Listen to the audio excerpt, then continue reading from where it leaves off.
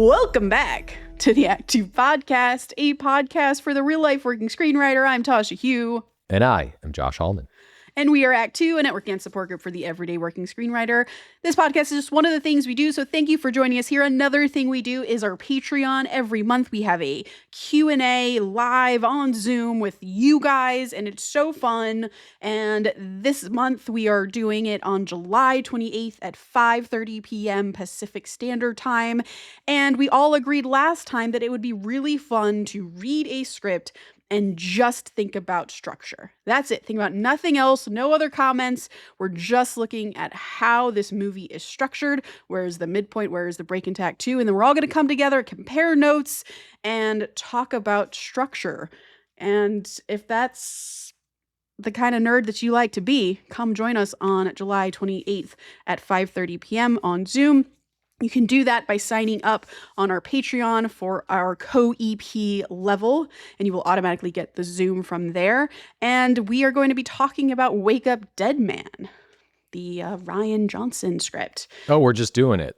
We're going to do it. You know what? I'm not saying we shouldn't not do that, but for some reason, while you were saying this, I just remembered the most perfectly structured script of all time. That almost isn't even fair to do because the structure is so good. And that is one Back to the Future. Ooh, that's interesting. That's interesting. The thing with that one is I think everyone agrees on exactly what the structure is. That's like level 1 structure study. It's interesting too because it's also like one of the most complicated movies ever, but also the simplest. It is because it's time travel. Yeah. Don't you diminish the structure of Back to the Future? That's fair. I mean, simple structure allows you to do more complicated storytelling, in my opinion. Wow. Anyways, go do that if that's interesting to you. We do have a lot of fun on those. If you don't want to do that, you can always DM us with questions and topic suggestions at ActTwoWriters@gmail.com, all spelled out, on our Instagram, Twitter at ActTwoWriters. I am Story Thursday on Instagram. And I am Josh Hallman on Instagram. Hi, Josh. Hi. How's it going? It's good. Have you seen Backrooms, Tasha? Yes. Did you like it? I did. Okay. I'm watching it tonight. I just wanted to announce it. I'm very excited about it. Do you know like all the backstory about it and whatnot? Oh, of course. Wait, yeah. I feel like we briefly talked about it. I wanted to talk to you about that or just tell you I was watching it and just proclaim it to the world. And then number 2, I saw Moana. Oh, yes, you did. I'm here to defend Moana. Okay. You were skeptical. I was skeptical. I think obviously it flopped. I think it's better than what people expect. Moana, the cartoon, the animated feature, is one of like my top 3 favorite animated movies of all time, and that's saying something. I love Moana big time, and I was going in, I was like, this is not going to be great. And then I watched it, I said, this was great. There's even filled in some little gaps of Moana. I was going to ask, is it just like a transcript of Moana, or is it a little bit more like Lilo and Stitch, which kind of thought outside the box on how they presented it? It's more transcripty, but, you know, it's still Moana. It's good. Yeah. Yeah, it's good. And I was like sold on The Rock's hair. So I just want other people to see. Yeah, I don't know what happened. I don't know what happened to me. I'm also a softie, and I saw it with my daughter. So I know you're sitting next to your daughter. Of course, you're going to love it. Yeah, I bought the Heart of Tafiti popcorn box. Did she sing with it? Did she sing with the popcorn? No, with the movie. Yeah, I mean, you guys sing the songs together. Of course, I was like, Moana. I was like whispering to her in the back of the theater. And it wasn't even that full. I was so angry because it's better than people think. Okay. All right. Good to know. It's on my list. Are we just going? Do you have something? I wanted to just vent about something. Can I vent about something? That's all I do. All right. Please. All right. It's technically This Week in Writing.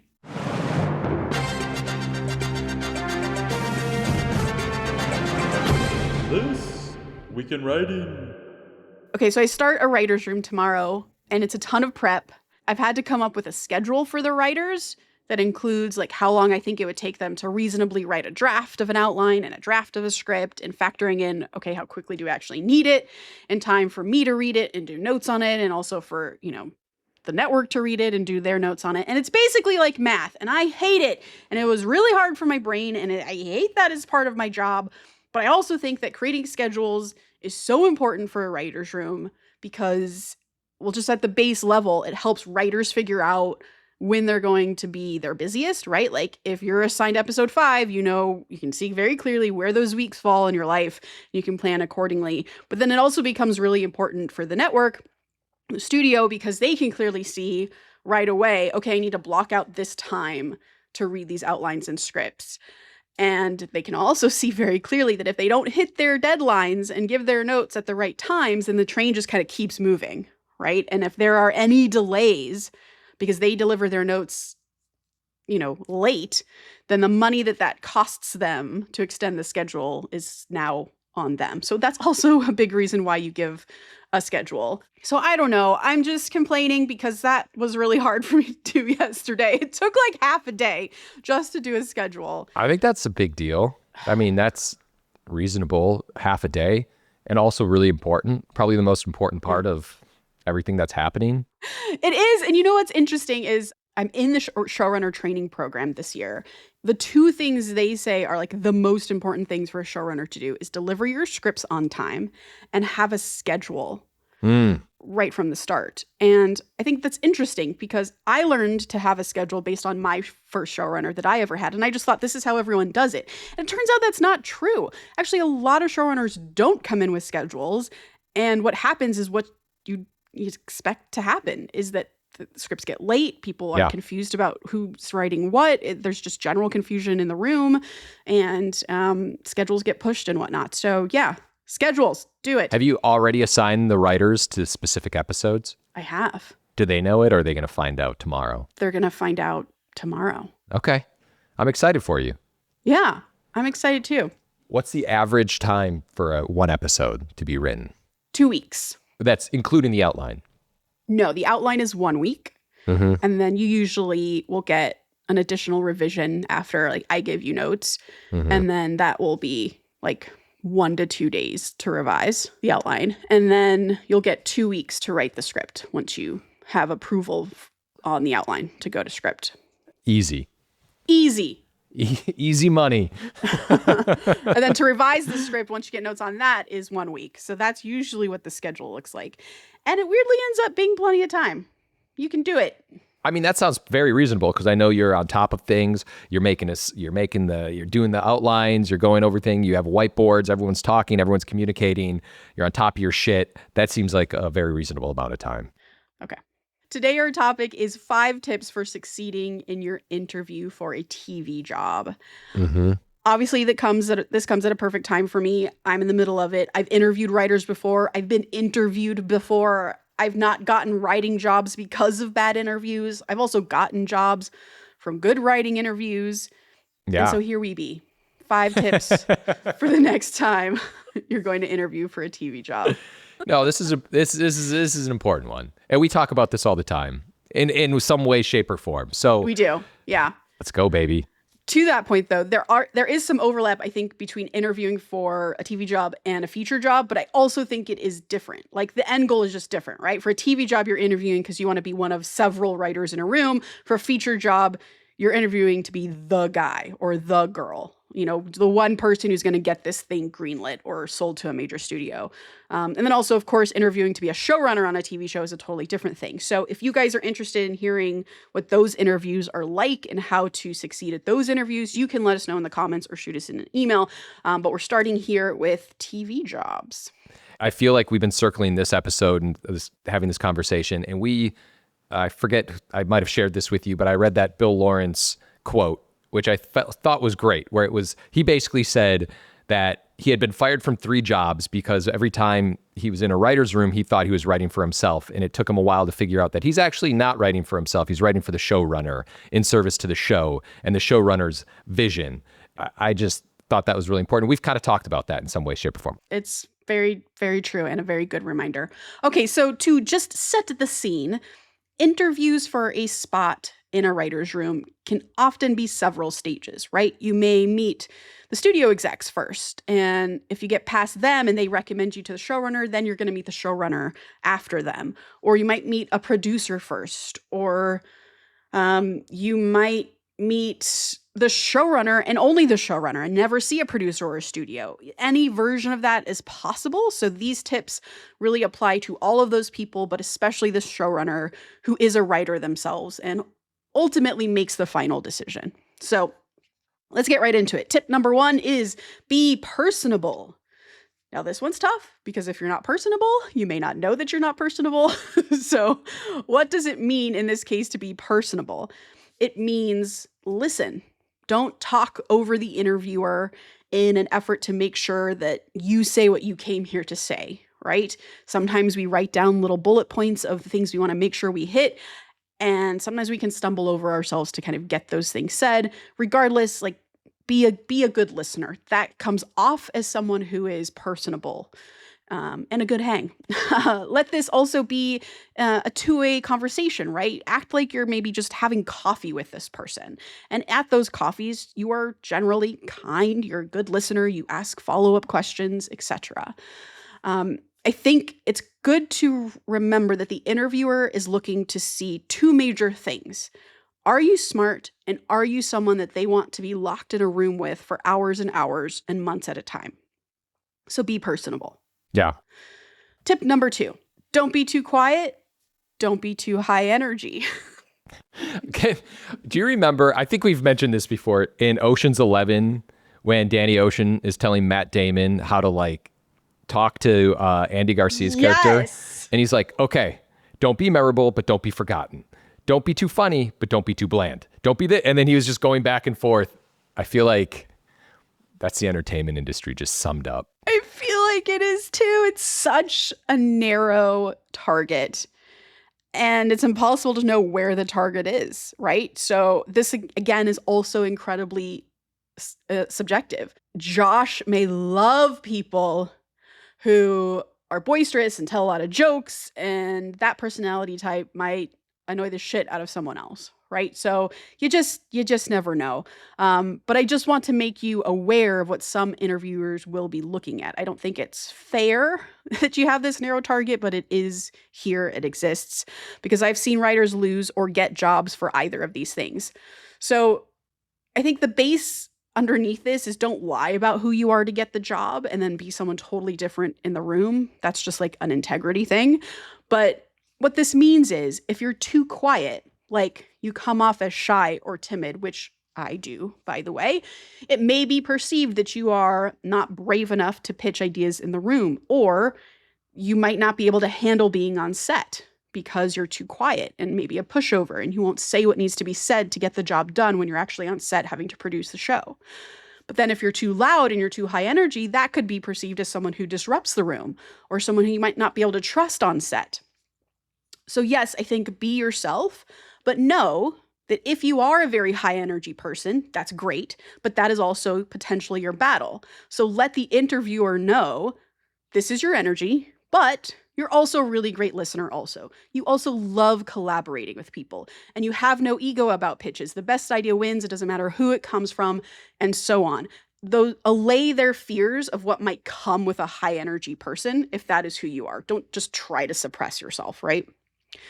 And I think if you're naturally quiet, like me, I would write down maybe some of your strengths, because if you get into a Zoom meeting or an in-person meeting, you might kind of like close up a little bit, or you might get kind of nervous. So write these things down and make sure that you mention those strengths to your interviewer. You could say things like, I'm really great at tracking characters and making sure that they're arcing in every episode, even if it's not their episode, right? Or I'm really great at spotting plot holes and logic problems and figuring out creative solutions to solving those holes. And really what you're doing is showing that I may be quiet, but I also have an opinion and I can also engage with you. So those are ways to kind of combat something that may be seen as a negative, even if that's just who you are. I love it. Tip number 3, have an opinion about the material. This is one of those overlaps that go with, what Josh and I do on the other side, which is like feature writing, right? Have an opinion about the material. You've read a script, you're being brought in to rewrite it in a feature sense or in TV, as we're talking about now, you're being hired to build upon it. So prior to your meeting, you'll most likely have read or seen something having to do with this show that you're interviewing on, whether it's the book that it's based on, a video game, the anime, whatever it's based on, or you've actually read the pilot that was written by the showrunner. So have an opinion about it in the meeting. Be complimentary, of course. Don't use the meeting as an opportunity to talk about your notes on the pilot. Maybe that's obvious, but maybe it's not. The showrunner, remember, is a writer as well. And they don't really want to sit in a meeting that's an interview with someone else that they're interviewing and have that writer tell them all the things that their script does wrong. Because why would they want to hire someone who thinks the pilot is not good? They want to hire someone who's excited by the writing, who wants to know where the show is going. So be complimentary. But I think also be specific about what you liked about it, right? If you just said, it was great, but you don't have any follow-ups there, that doesn't really do a lot. That just feels very general. You can say things like, I really loved the dialogue, especially with Carl, who was both incredibly succinct, but could also, say things that allowed you to get into his head. So even though he spoke a few words, you always knew what he was thinking. That was really cool. Or I really loved the arc of this character. It's clear that it's going to be an exciting ride for them across the whole season, and I just can't wait to get there. You can talk about the tone is X, Y, or Z and why you love it. If it's a video game or a book that you're already familiar with, you can even talk about how you're excited to get into XYZ storyline, but have opinions and let those opinions be specific. And the real reason for that is it shows the interviewer how you think, and it shows them how engaged you are. Yeah. Well, number one, you just threw out Carl, which I feel like is a deep cut in the Tasha lore of scripts. Number two, I've actually noticed this throughout the entertainment industry, is like being passive and not really exactly what you're saying. Not having an opinion is one of the worst things that can happen to you. Everything you're saying, I love this, because this is like, to me, a very important asset that people need to have, especially when you're a writer who's trying to rewrite or do something or come into a room or whatever it may be. Yeah. You need to show, without writing something in an in-person interview, that you have the skills of a writer. And this is one way to do it, right? Tip number 4, ask questions about the material. So not only should you have an opinion about the material, but you should also ask questions about it. And I think feel free to ask questions like, what direction is the show going? You can ask how the interviewer thinks this particular storyline from the pilot might pay off, because you're excited that it might pay off this way, but what's going to happen? And I think similar to the previous tip, this shows them that you are thinking critically about the material and that you are already engaging with it in a really interesting way. Yeah. I'm letting you go, Tasha. I feel the light in your eyes. You're glowing right now. I'm on fire. Tip number 5, try to share relevant parts of your resume and bio. I've saved this for the end, but this is actually really important, I think. Josh knows this story very well, but when I worked for Witcher Blood Origin, which was the first TV show that I ever staffed on, I feel like I got the job because I talked about blacksmithing. Now, I got into the room because the showrunner read my script and really liked it, so that's great. I had a sample that was really strong. But when I got into the room, he asked me if cussing was okay, and I was like, please go for it. And it was like, great, because I curse too. So that was great. But then we talked about blacksmithing, and I don't know why it came up. I don't remember. I think I'd literally just been on the heels of having done it recently. And I know exactly why it came up, because the script sample that he read has those 2 pages of blacksmithing. So he was like, what's the deal with this blacksmithing? And I was like, well, and I talked about having gone to a blacksmithing class and learned how to do some blacksmithing. And he was so thrilled by that. He thought that was the coolest thing. And I think it's because he was like, this is a lifestyle for Tasha. She loves fantasy. She loves this stuff. And she has valuable skills that could then be translated into the show. And I think people don't do this enough because people don't know these things about you unless you tell them, right? We don't have resumes in screenwriting, except for like an IMDb bio if you're lucky enough to have produced credits already. And even that doesn't tell a full story. So like if the show is a cop procedural and your mom was a police officer for 20 years, talk about that, right? Talk about your unique perspective of being the child of a police officer. And if it's not that grounded, if it's a sci-fi show and it's in the distant future and you're not a time traveler, then you can just talk about how much you love sci-fi. Maybe name drop some books or movies that you really, really love that this reminded you of. Or you can kind of show that you're fluent in the language of sci-fi, or maybe you have an interest in a field of science of some kind. Maybe you go to a sci-fi convention every year with your dad. Whatever it is, whatever makes you uniquely qualified or gives you a unique perspective, do try to find a way to talk about it. So that's it. Short and simple. Those are your 5 tips for nailing an interview for a TV job. If you have any questions about those things, you want us to go deeper on any of those, or what these interviews are actually like, or how to succeed at different kinds of interviews, you can let us know at ActTwoWriters@gmail.com. Whew, I feel like I talked for like an hour. That was a masterclass. I was engaged. I was listening. There was a couple times I was going to chime in. I thought, you know what? I'm going to let Tasha just go. You were in a flow state just now, and I really enjoyed it. Josh is my favorite hype man. Like, I've always talked to how I want like a pocket Josh just to hang out with me and be like, you're the best. You're killing Let's it. go. Keep talking. No, it was great. This is all very important. Yeah, it is. All right, this is what we got. Quote of the day. A movie is really only 4 or 5 moments between 2 people. The rest exists to give those moments their impact. Robert Towne.